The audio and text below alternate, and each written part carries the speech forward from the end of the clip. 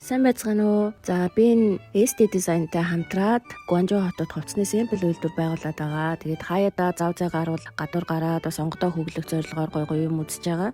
Тэгээ энэ удаад болохоор Заишин Даш гэдэг Relay Master буюу мастеруудыг дахин амьлуулах гэсэн утгатай юм дижитал үзэсгэлэн үзлээ. Тэгээд та нартайгаа хуваалцъя гэж бодлоо.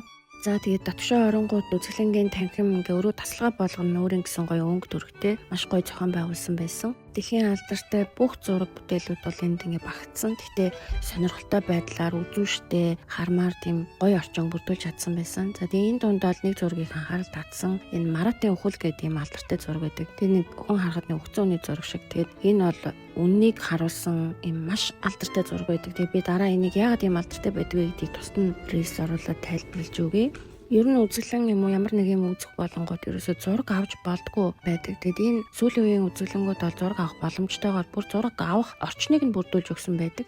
Ер нь бол энэ зураг авахгүй байх юм уу, энэ сошиал түгээхгүй байх нь эргээд өөрөө сонирхол төрүүлэхгүй, нэг үзэх сонирхолгүй нэг музей гэдэг юм гот нэг эртний эдэм тавьсан байдаг те.